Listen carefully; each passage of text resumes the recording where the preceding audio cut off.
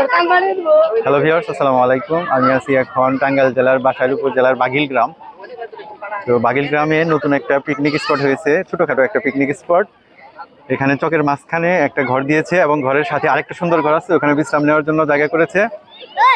এই ঘরের চতুর্দিক দিয়ে সূর্যমুখী গাছ বোনা আছে এবং প্রত্যেকটা সূর্যমুখী গাছে সূর্যমুখী ফুল ধরেছে।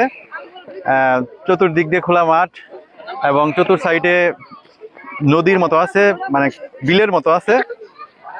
তো যারা ঈদের বন্ধে ঘোরাঘুরির জায়গা পাচ্ছেন না, তারা এখানে আসতে পারেন। বেসিক্যালি জায়গাটা অনেক সুন্দর, আমার কাছে অনেক ভালো লেগেছে।